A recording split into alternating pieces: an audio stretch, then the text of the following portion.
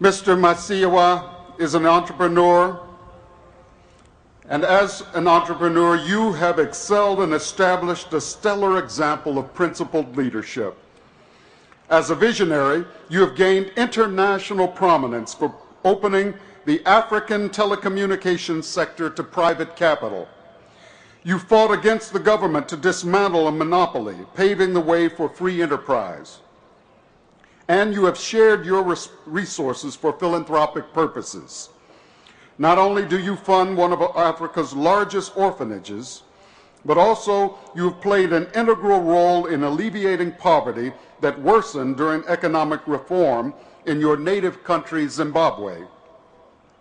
Further, you have focused on creating diverse partnerships between businesses in South Africa and Latin American countries. For your commitment to excellence in business and humanitarian efforts, we thank you. Therefore, by the authority granted me by the Morehouse College Board of Trustees, I confer upon you the honorary degree Doctor of Humane Letters with all of the rights, privileges, and responsibilities appertaining thereunto. Congratulations, Dr. Masiyiwa.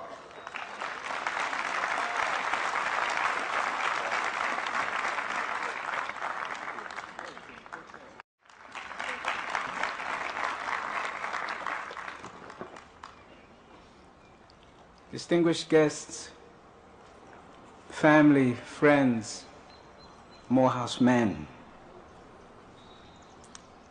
Those who know me know that on Sunday mornings it's very difficult to get me to do anything other than go to church. But when I heard it was Morehouse, I said, it will be church.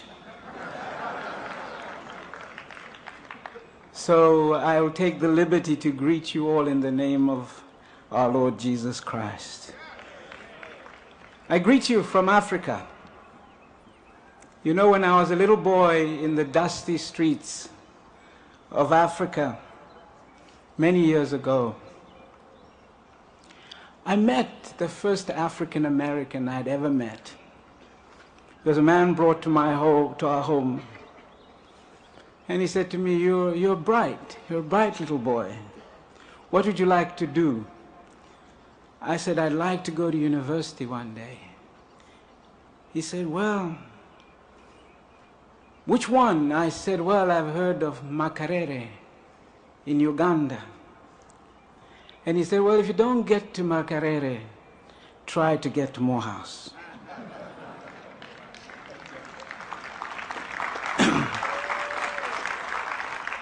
The throes of war and change in my part of the world as I grew up delayed my trip. But in 1991, I visited your country for the first time, this great nation. And they said to me, where would you like to go? I said, I'd like to go to see Morehouse. And I'd like to go to Ebenezer Baptist Church. So I came deliberately on a Sunday and I sat and listened to those extraordinary spirituals. And I visited and walked around your campuses. And now I'm here. I have arrived at Morehouse. And I'm a Morehouse man now.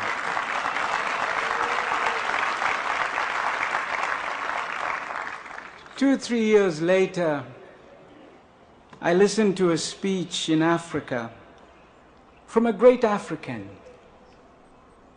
one of the greatest Africans of this generation. In Africa, they know him as a man from Africa. And his name is Andrew Young. I believe he comes from here somewhere. And that night, you know, he said that President Clinton had sent him to find some young businessmen to sit with him on a board to help entrepreneurs in Africa. And I went on my knees, as I do in such situations. I said, Lord, let him choose me. And by God's grace, he answered, because God will do nothing unless you pray. And you have to be clear what you want. And so I got a mentor and a father in Andrew Young. And he brought me here, and I came to Atlanta every year for the next 10 years, teaching and being taught and understanding. There are lessons for you in what I am saying, but I won't identify them for you. But the lesson there was, it's important as you begin your journey to find good, strong leaders of character to follow, like Andrew Young, the African. He brought me here and introduced me to a man called Reverend Leon Sullivan. We knew him too as a great African in the days of the fight against apartheid. And he pulled us aside and he said, I give you a charge, young man. Build a bridge between Africa and African Americans. So I have returned to extend that charge to you. Yesterday I had the privilege to be at Camp David with another great African, President Barack Obama.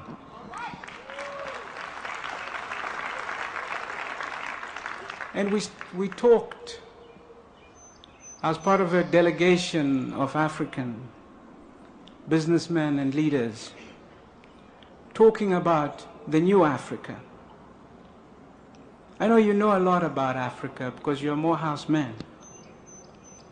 But if I may just tell you a little bit about another Africa.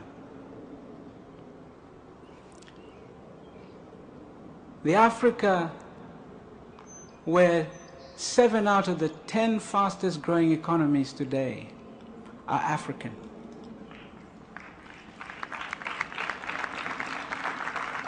Yes, Ethiopia, Tanzania, Ghana are growing at almost the same pace as China. The Africa that by the time you are well settled in your jobs 10 years from now will have a bigger middle class than China.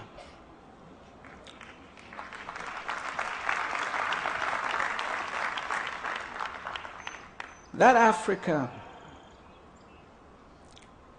reminds me of what a great man of God once told me. He said, you know, if you really want to be a success, identify a human need and reach out to meet it. There's a great American, T.L. Osborne, an evangelist, and it's been repeated to us in pulpits in Africa. In 1994, I was telling people only this week in Washington, 70% of the African people in 1994 had never heard a telephone ring. I didn't say I'd used one. I said they'd never heard it ring. That was a human need. I knew as a young engineer, not long since my college days, that we could change that. We had the technology to do it. The resources were out there. It was a human need. We didn't wake up and say we want to make billions of dollars. We said we want to extend telecommunications to all the peoples of Africa. And I wrote it on our boards, and I told our people, and I said, our mission is to provide telecommunications to all the people of Africa. Today I can report to you that nearly 70% of the African people have a telephone.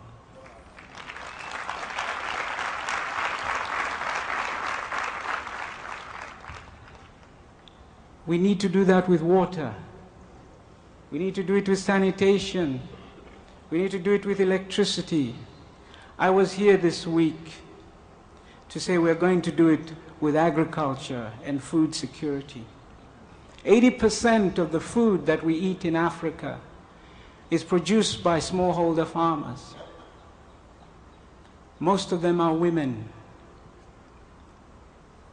Most of them are women. breaking their backs with hoes. You have a charge to change that. You have a charge because the bridge has been built. All you have to do is to get across that bridge and join hands with other young men and women around Africa, in Ghana, in Accra, in Kenya, in Zimbabwe, to meet these needs. Perhaps you'll make money along the way, but I know something.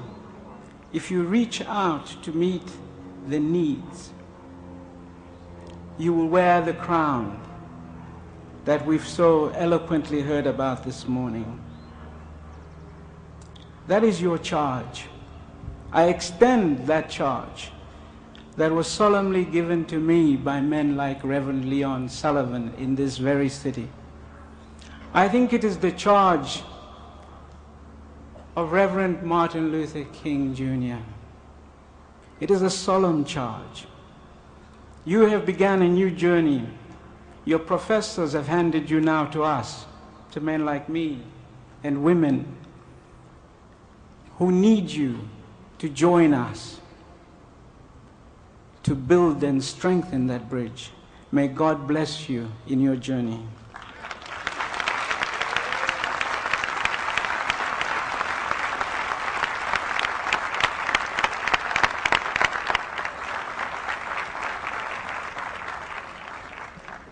Thank you to each of our honorees. I am now permitted to announce that Mr. Strive Masiyiwa is supporting 10 students from South Africa who will enroll in Morehouse College and will support them through their 4 years at Morehouse College. Thank you, Strive.